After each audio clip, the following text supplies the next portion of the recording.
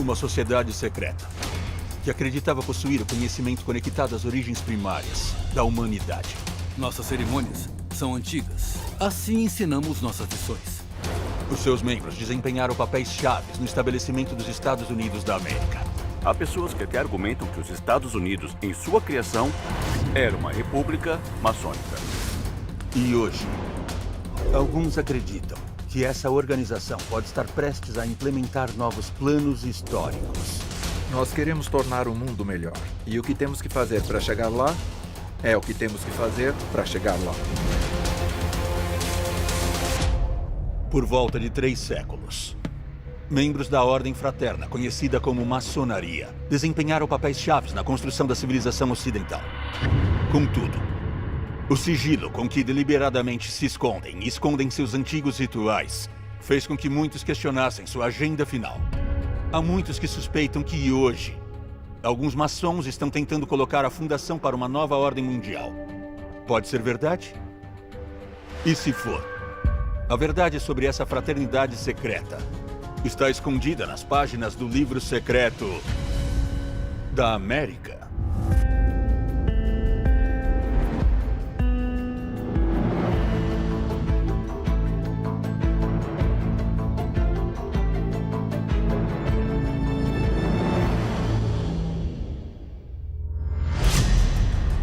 Washington, D.C., 7 de dezembro de 2016. O presidente Donald J. Trump nomeia o ex-governador de Iowa, Terry Branstad, um proeminente maçom, para ser o novo embaixador dos Estados Unidos na China. Uma nação que realmente baniu seus cidadãos por ingressarem na fraternidade super secreta.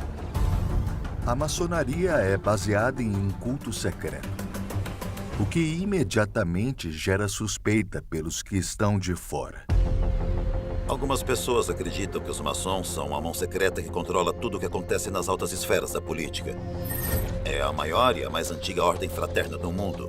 Uma ordem fraterna é um clube social basicamente para homens. E os maçons têm estado por aí há séculos e tiveram um grande impacto na nossa sociedade e na nossa democracia. De acordo com alguns historiadores e pesquisadores, mais de 6 milhões de pessoas fizeram um juramento secreto maçônico através do planeta. Só nos Estados Unidos, eles detêm posições poderosas no Congresso, em todos os níveis do sistema judiciário, e 14 deles conseguiram ascender ao cargo de presidente. Poderia ser uma mera coincidência que muitos maçons buscaram e ganharam tal poder em toda a sociedade americana? A resposta pode estar na lenda de que a maçonaria evoluiu de outra antiga e misteriosa organização, os Cavaleiros Templários. As pessoas perguntam, os maçons são descendentes diretos dos templários? E eu diria que, possivelmente, eu acho que na ideologia e nas crenças deles, sim. Os Cavaleiros Templários foram estabelecidos no ano de 1118 para proteger os peregrinos na Terra Santa durante as Cruzadas. Contudo, depois de estabelecer sua sede no Monte do Templo, em Jerusalém, no local onde ficava o bíblico Templo de Salomão, acreditam que os Templários descobriram não só relíquias religiosas de valor inestimável, como a Arca da Aliança, mas também documentos contendo segredos com um conhecimento antigo que se perdeu na história. Enquanto estavam lá, acharam o que eles acreditavam que seria a tumba de Salomão e desenterraram.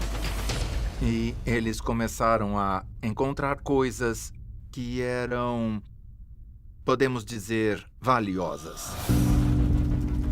Foi durante esse período, quando os Templários protegiam não apenas as vidas dos peregrinos religiosos, mas também seus valores, que eles criaram um dos primeiros sistemas bancários organizados. Os Templários foram os primeiros banqueiros. Eles foram aqueles que começaram todo o sistema de crédito. Eles emprestavam dinheiro para as pessoas mediante um pagamento, o que hoje conhecemos como taxa de juros. Eles basicamente tinham um tesouro para recorrer. E eles se tornaram muito poderosos como resultado disso. Contudo, no ano de 1307, a influência dos Templários e sua riqueza tinham se tornado uma grande ameaça para o rei Filipe IV da França, depois de ele se endividar com eles. Com a cooperação do Papa Clemente V, o rei acusou a Ordem Templária de heresia e proibiu sua existência. Com isso, muitos foram presos, torturados e executados. Sexta-feira 13, 1307. Uma data que vai perdurar como infâmia para os Templários. Foi um dia no qual o rei da França e o Papa daquela época decidiram se livrar dos Cavaleiros Templários. Eles queimaram na fogueira Jacques de Molay, que era o chefe dos Cavaleiros Templários. Muitas pessoas na corte do rei da França, assim como no Vaticano, eram templários, de modo que os templários entenderam que algo estava por vir. Assim, eles foram realmente capazes de ir para outro lugar para prosperar e conduzir seus negócios. Houve 2 lugares principais na Europa onde os templários foram mais ou menos autorizados a continuar, não oficialmente, mas de maneira oculta. Um foi Portugal e o outro Escócia. Existe uma história de que os maçons descenderam dos cavaleiros templários. Depois de fugir da França, alguns cavaleiros fugiram para as Ilhas Britânicas, talvez Escócia, e que eles procuraram emprego entre os pedreiros daquela época. Eles levaram muitos aspectos de suas tradições, seus rituais e símbolos para dentro da maçonaria.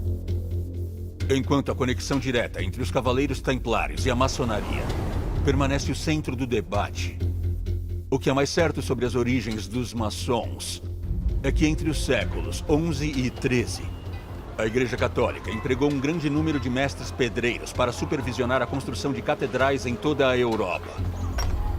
Estes mestres pedreiros logo vieram a ser conhecidos como maçons, devido ao fato de que tinham trânsito livre nas lojas maçônicas, que haviam sido estabelecidas como locais onde podiam confraternizar com seus colegas e compartilhar os segredos íntimos de seu especializado ofício.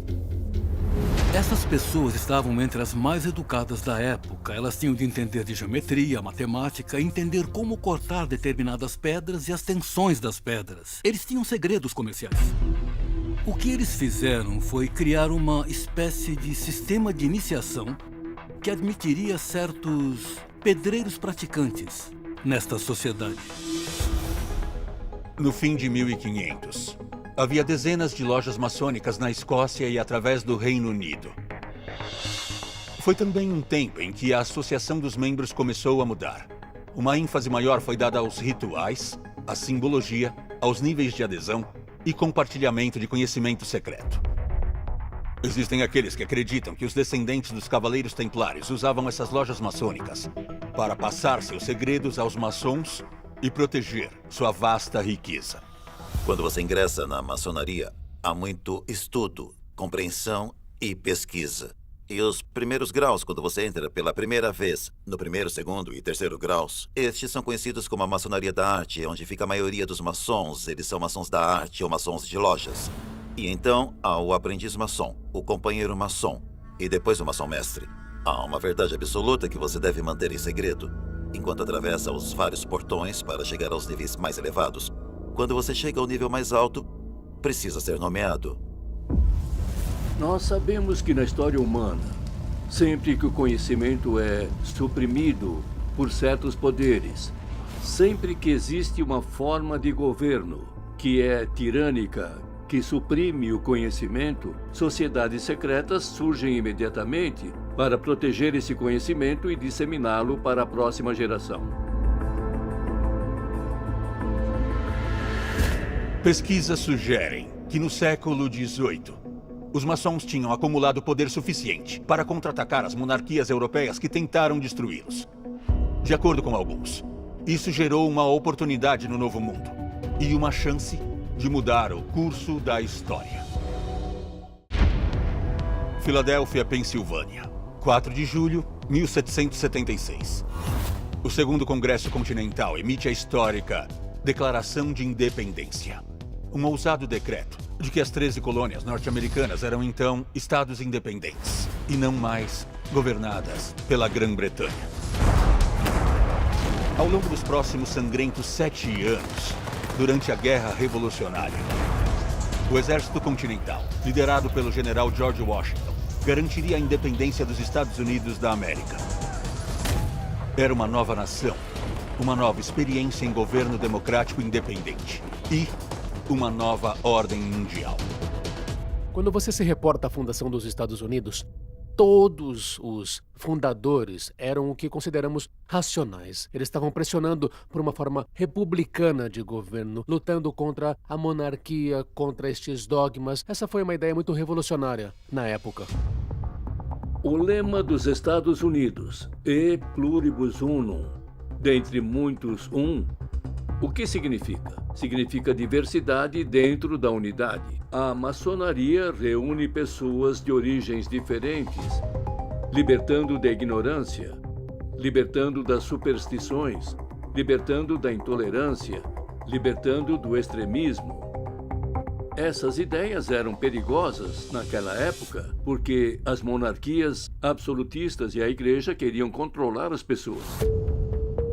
Mas com a glória dos bravos homens e mulheres que incansavelmente trabalharam e lutaram para estabelecer os Estados Unidos da América, existia uma conexão curiosa com uma sociedade secreta que tinha migrado para a América do Norte séculos antes. A conexão era aparentemente não apenas entre seus líderes, mas também pelos documentos da fundação. Esta sociedade secreta era a maçonaria. Muitos de seus fundadores, especialmente os influentes, pessoas como George Washington e Benjamin Franklin, eram maçons. Se existe um lugar no planeta onde os princípios e os ensinamentos fundamentais da maçonaria tiveram o maior impacto, são os Estados Unidos da América. Existem pessoas que argumentam que os Estados Unidos, em sua criação, em sua concepção, mesmo em sua ordem constitucional, foi uma república maçônica. Os maçons foram representados por 2 dos 5 membros do comitê que redigiram a Declaração de Independência.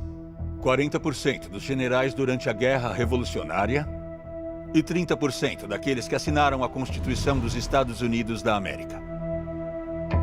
A maçonaria e os ideais que entraram na Constituição americana e na Declaração de Independência têm uma enorme sobreposição. Eles tinham valores de tolerância religiosa e cosmopolitismo e direitos e igualdade formal entre todos os cidadãos. Um dos maçons da época foi Montesquieu, um famoso filósofo e político francês que tinha esta ideia radical da separação de poderes. Deveria ter 3 ramos de governo, um legislativo, um executivo e um judiciário, e que eles deveriam se controlar e se equilibrar entre si para formar um verdadeiro governo republicano. Washington, D.C., 1791. George Washington, agora o primeiro presidente dos Estados Unidos da América, indita o arquiteto francês Pierre Charles Lefon para projetar a capital do país. Enquanto Washington era um maçom mestre, Lefon aparentemente nunca passou do nível de aprendiz iniciante. Contudo, alguns acreditam que símbolos associados com a maçonaria foram incorporados no projeto da cidade, como um reconhecimento dos laços entre a sociedade secreta e a fundação do país. O layout básico da cidade tinha este tipo de ruas diagonais estranhas. Eles tinham que ter alguma razão para colocá-las assim, porque a maneira de definir uma cidade é através de uma grade padrão. E Washington não segue um padrão de grade tradicional. É uma forma de grade muito habilmente trabalhada. Então, quando vista de cima, você tem uma estrela de 5 pontas. Você tem estrelas em cascata, que fazem parte do pensamento maçônico. Não há dúvida de que Washington foi desenhada de acordo com os ideais e simbolismo maçônicos. Em 1793, o presidente George Washington presidiu o lançamento da pedra fundamental do edifício do Capitólio. Uma cerimônia que não apenas iniciou a construção, mas também se destacou por elaborados rituais maçônicos. E apareceu George Washington em seu traje maçônico para realizar uma cerimônia maçônica, com grãos, óleos e instrumentos de medição maçônicos, entre outras coisas. Você tem o líder da República e muitos de seus oficiais-chave em uma cerimônia pública maçônica. E eles ainda estão fazendo isso em uma cerimônia baseada em sua sociedade secreta. Mas qual era o verdadeiro propósito desse novo experimento na declarada autogovernança? Seria uma nova forma idealista de democracia? Alguns sugerem que os maçons que estavam envolvidos realmente tinham uma agenda oculta. As pessoas começaram a suspeitar da fraternidade. Isso meio que apoiou, eu acredito, os temores de que a maçonaria exercesse algum tipo de poder sobre o governo ou entre a sociedade. A maçonaria foi muito bem sucedida no início da República Americana. Mas, em 1826, um tipo de desastre golpeou a maçonaria através do caso William Morgan. Em 1826, William Morgan, um proeminente maçom do estado de Nova York, assinou um contrato de publicação, prometendo revelar segredos das iniciações maçônicas. Tradicionalmente, o juramento maçônico tem sido bem horripilante. Eles deveriam jurar absoluta e solenemente na frente de todos os seus confrades que nunca contariam segredos fora da loja maçônica, sob pena de algumas terríveis punições, como ter a sua língua arrancada e a sua garganta cortada. Quando Morgan anuncia que vai contar todos os segredos da maçonaria, alguns dos sujeitos da cidade decidem levar sua obrigação maçônica muito mais a sério do que realmente deveriam. E o que eles fazem? Eles o jogam em uma carruagem e o levam para a floresta. E Morgan grita pela janela: "Assassinos!" enquanto o sol está se pondo. E ele nunca mais foi visto. O corpo de Morgan jamais foi encontrado.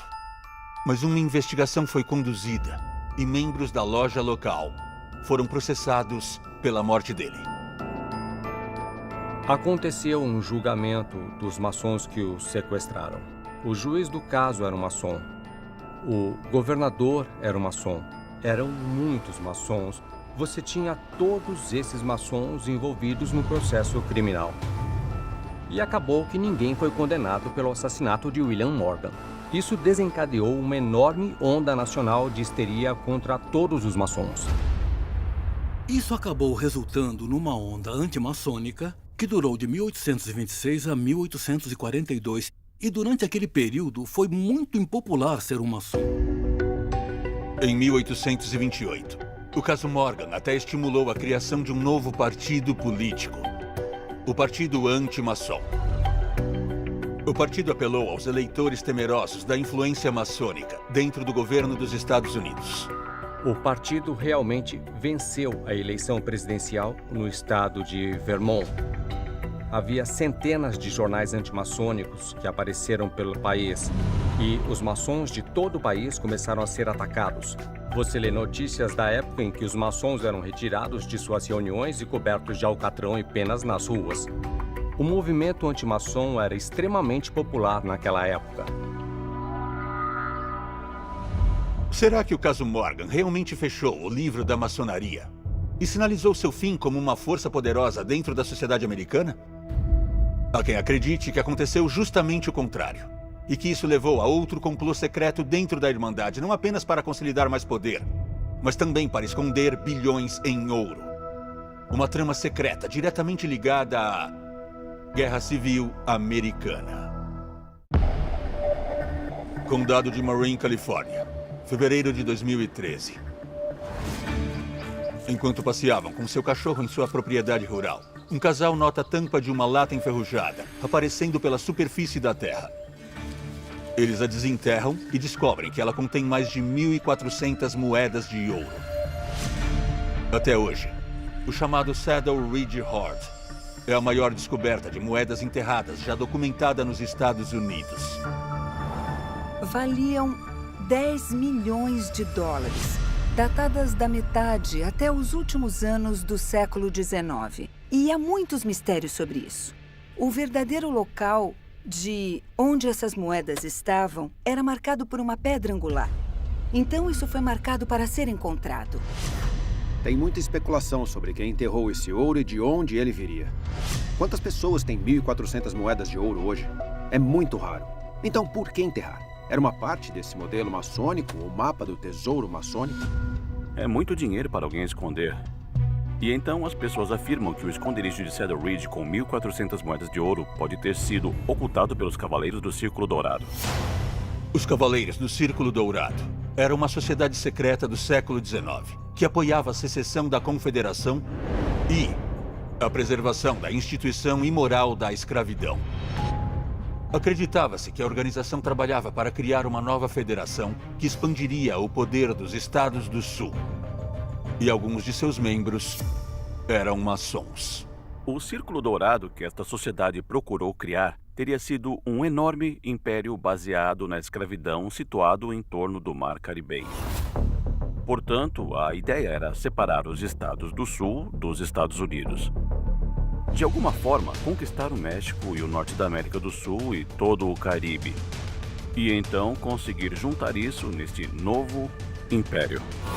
Eles padronizaram muito de seus rituais e juramentos em torno da maçonaria, só que os tornaram mais sombrios. Eles tinham juramentos mais sombrios, penalidades mais severas por quebrar seu juramento, coisas do gênero.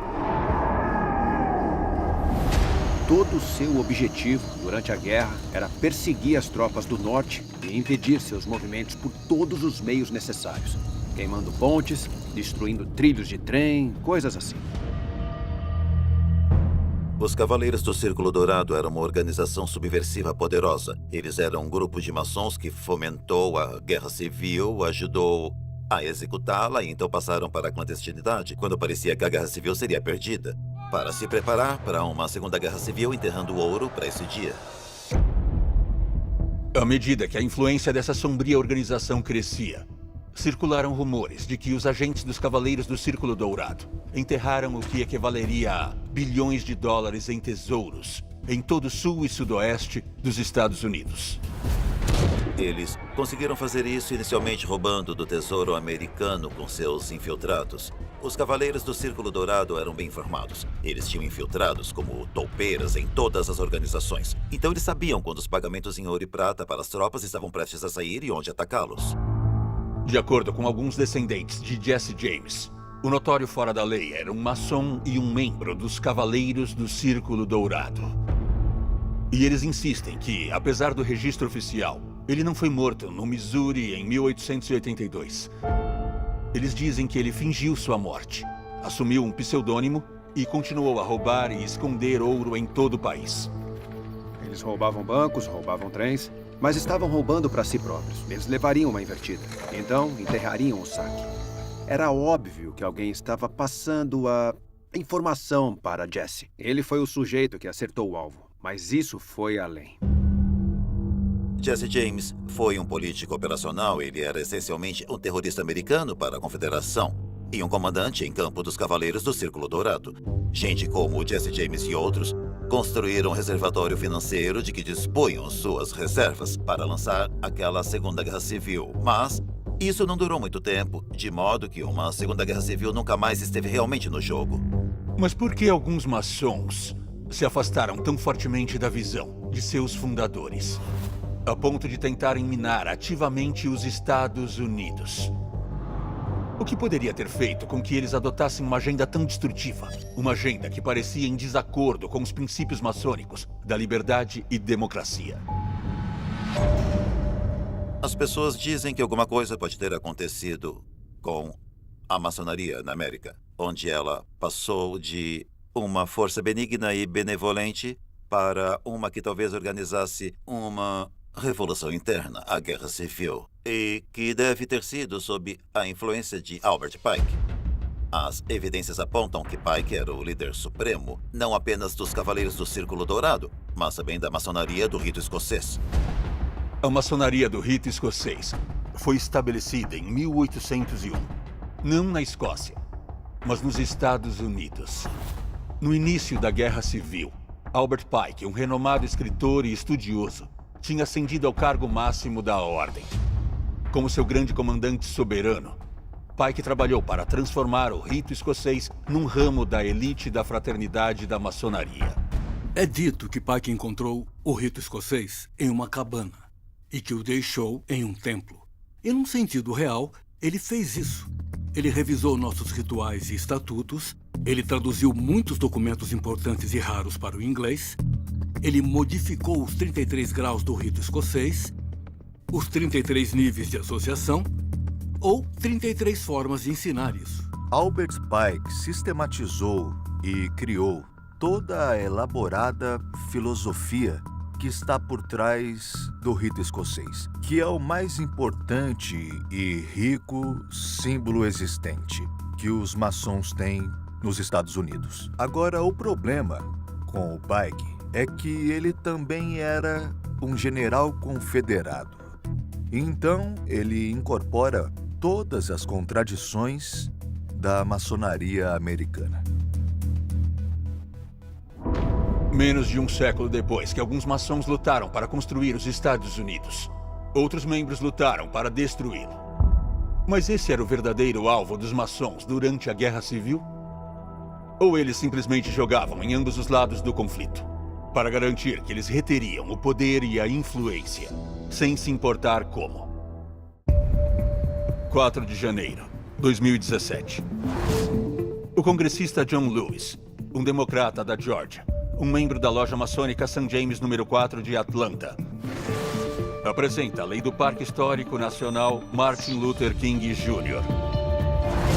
A lei transforma a área ao redor do local do nascimento do Dr. King, em Atlanta, Geórgia, em um parque nacional. Inclui o templo maçônico Prince Hall, onde o escritório de King ficava, quando ele liderou a Conferência da Liderança Cristã do Sul. O Dr. King estava supostamente se preparando para ingressar secretamente na loja Prince Hall, em abril de 1968. Mas foi baleado poucos dias antes de poder ser iniciado. Mas quem eram os maçons do Prince Hall? E que papel este ramo da maçonaria desempenhou no movimento dos direitos civis? A história começa em 1775, com Prince Hall, que foi libertado da escravidão apenas 5 anos antecipadamente. E o que aconteceu em 1775 é que ele tentou se tornar um maçom em Boston e foi rejeitado por causa da raça. Prince Hall enfrentou os preconceitos comuns da época. Então, o que ele fez foi encontrar outros africanos livres para formar uma loja por conta própria. E com isso fundou a primeira que poderia ser chamada de loja maçônica afro-americana, que atualmente é chamada de maçonaria Prince Hall, depois de ele ser iniciado em uma loja militar britânica. Prince Hall escreve para a grande loja da Inglaterra e pede a eles um alvará, porque eles são considerados a maior autoridade em maçonaria de todo o mundo. E ele consegue um. E ele fundou a loja africana número 459, sob a custódia da grande loja da Inglaterra, em Boston, Massachusetts. E então Prince Hall começa a emitir outros alvarás para outros grupos de maçons negros que desejavam iniciar lojas maçônicas. Em 1840, as lojas Prince Hall foram estabelecidas em grandes cidades através do norte dos Estados Unidos. Em meio à escravidão que ainda existia nos Estados Unidos da América, um homem teve uma tremenda visão. Não apenas se tornou parte da fraternidade, mas também a expandiu para afro-americanos em todos os lugares. A maçonaria Prince Hall, como passou a ser chamada, começou a crescer dentro dessa organização muito extensa, quase exclusivamente composta de homens negros. E então, a loja maçônica Prince Hall se tornou o centro da comunidade negra de classe média. Em 1863, quando o primeiro regimento de tropas negras foi recrutado no norte para lutar na Guerra Civil, os maçons Prince Hall foram fundamentais na campanha de recrutamento e muitos dos sargentos e outros naquele regimento eram eles próprios maçons Prince Hall. As lojas negras se tornaram um bom lugar para o movimento abolicionista em 1800. O NAACP e muitas outras organizações tiveram seu início com pessoas que eram membros de uma loja maçônica Prince Hall. E foi da mesma maneira na década de 1960. Muitos dos líderes da comunidade negra na década de 1960, na luta pelos direitos civis, também eram maçons Prince Hall. Thurgood Marshall, o advogado que liderou muitas das lutas mais importantes do movimento pelos direitos civis, era ele próprio um maçom Prince Hall. Medgar Evers, o líder dos direitos civis do Mississippi, que foi assassinado em Jackson por um supremacista branco, também era um maçom Prince Hall. A maçonaria, em seu coração e alma, é sobre a evolução da humanidade e a mudança positiva da humanidade. E então os maçons defendem as causas que ajudam a fazer uma sociedade melhor. Os tipos de lições que nós ensinamos são coisas como livre pensamento, fraternidade, igualdade, honestidade. Nós não ligamos para a sua idade, para a sua riqueza, para a sua cor, qual é a sua religião. Então, se você é maçom, você é um irmão. Tem havido muitas pessoas que têm estado em posições de poder, que por acaso são maçons. Estamos falando sobre maçons autodeclarados ou revelados, mas há muitos que não são conhecidos. É uma fonte de orgulho para alguns manter sua filiação totalmente secreta. E então a questão é que se eles agem em conluio um com o outro, é para fazer passar uma agenda. A teoria da conspiração sobre a maçonaria circulando agora é uma nova ordem mundial, que é basicamente o que esses grupos deveriam almejar, sua própria ordem mundial, que é a sua grande missão. Existe uma suspeita geral de alguma organização secreta. Eles não sabem o que estamos pensando, não sabem o que dizemos, não sabem o que pregamos uns aos outros, nem o que estamos fazendo. Isso é algo que os teóricos da conspiração adoram pensar. Os maçons vão dizer que não existe uma sociedade secreta. Eles são uma sociedade com segredos que são discutidos confidencialmente entre eles. Mas eles apenas negariam qualquer argumento que eles são organizados de uma maneira que seria conhecida como um conluio para influenciar eventos políticos e a maneira como a sociedade se desenvolve. Porque eles não deixam registros desses encontros secretos. É muito difícil saber. Por que será que os maçons querem manter tal segredo absoluto? E o que eles estão tentando alcançar? É possível, alguns acreditam, que eles têm um plano principal para uma nova ordem mundial.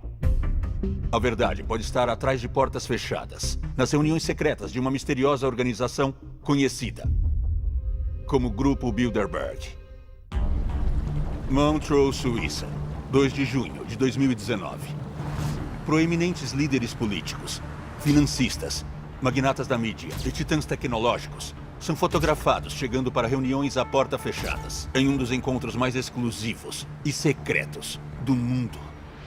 O evento anual, conhecido como Encontro Bilderberg, está fechado ao público e à imprensa desde seu início na Holanda em 1954. O primeiro evento aconteceu no Hotel Bilderberg. Por isso são chamados de Bilderbergers. A elite do mundo, líderes da moda, eles são convidados. São considerados o crème de la crème do planeta. O local do Encontro Bilderberg é a cada ano diferente, assim como a lista das elites presentes. Mas um código estrito de sigilo permanece. Eles seguem a chamada regra de Chatham, que se baseia na regra da Chatham House em Londres, que é um Institute for International Affairs. E a regra é bastante simples. É proibido que falem sobre o que foi dito nas reuniões. A ideia é que esse grupo de pessoas possa se sentar e ter uma conversa livre, aberta, franca e justa, sem ser responsabilizado por isso. Mas o problema é que não sabemos do que eles estão falando, que decisões estão sendo tomadas. Então, paradoxalmente, para o grupo ter uma conversa aberta, franca e transparente entre si, eles têm que introduzir uma regra que o torne muito mais secreto do que era antes. De acordo com funcionários do Bilderberg, seu único objetivo é reunir líderes políticos e especialistas da indústria de todo o mundo para promover um diálogo franco sobre questões importantes que o mundo enfrenta. Há quem suspeite que essa rede de líderes mundiais e cidadãos bem influentes também pode incluir vários maçons. Algumas pessoas acreditam que o grupo Bilderberger faça parte da agenda mão escondida dos maçons. Essas grandes reuniões de influenciadores de todo o mundo são mantidas em sigilo. Algumas das pessoas que participam dessas reuniões são maçons. Existe uma teoria segundo a qual um grupo se reúne e eles discutem o que está acontecendo e o rumo do mundo. Eles são capazes de controlar o mundo? Não, mas eles podem tentar, após reuniões de livre pensamento, criar uma direção. A maçonaria atrai homens que desejam melhorar suas comunidades e o resto do mundo. É um experimento em governança. E a ideia é que precisamos avançar constantemente com este experimento. Então, se isso é uma agenda, eu vou aceitá-la. Ambos, os maçons e os Bilderbergs, afirmam que sua intenção é mudar o mundo para melhor. Contudo, persistem rumores de que estes grupos secretos têm uma agenda caridosa. Mas o que alimenta essas suspeitas? O que acontece é que sempre que você tem o que é visto pelo mundo externo como sendo um segredo ou até mesmo uma organização secreta, isso quase imediatamente leva suas mentes a pensar que alguma coisa maligna está acontecendo ali dentro. Os maçons, os Bilderbergers, são bons alvos. Coisas em que as pessoas discutem ideias políticas diferentes, atrás de portas fechadas e onde o público não é permitido. O público não gosta disso.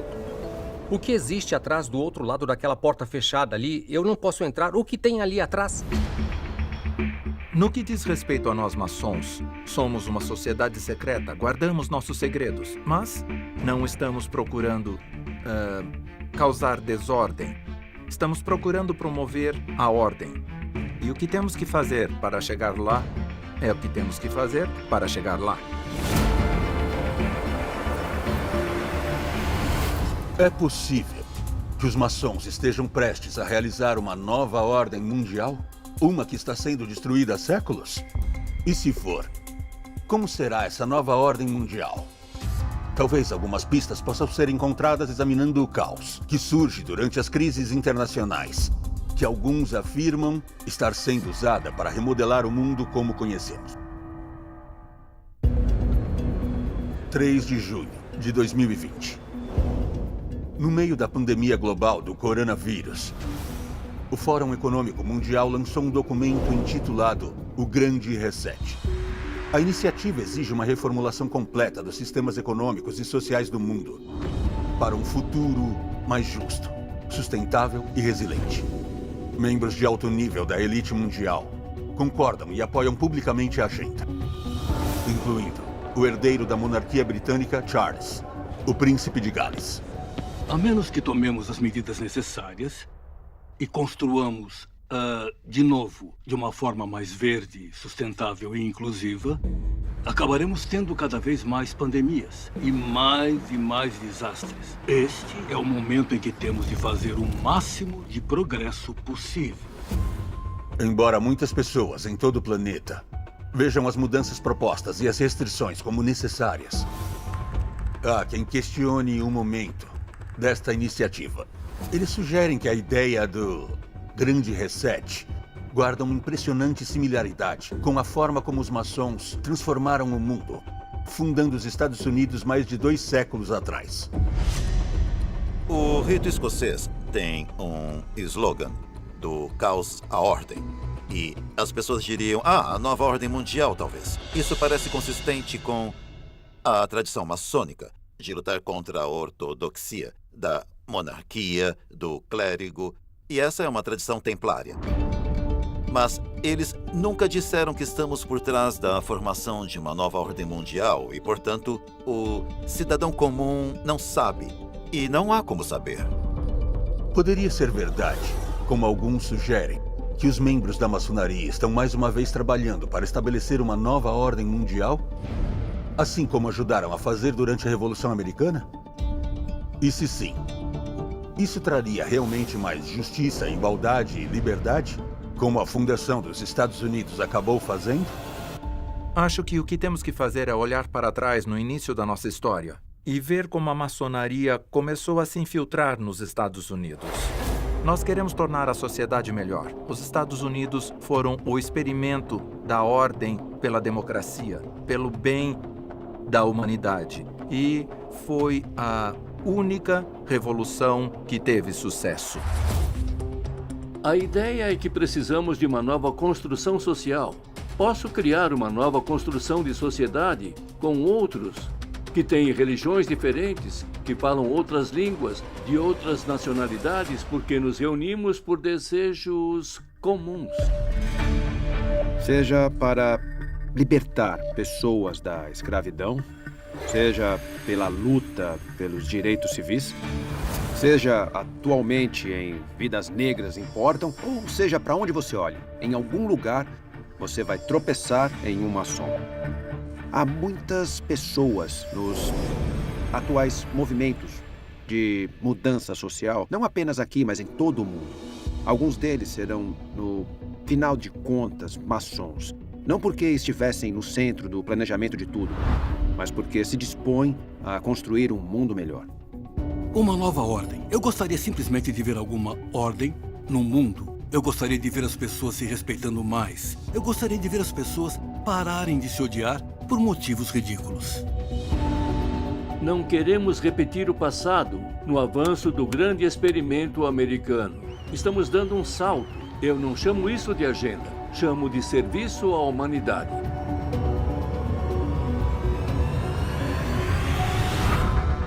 Alguns maçons insistem que eles devem manter segredo, porque são vistos como uma ameaça aos que estão no poder.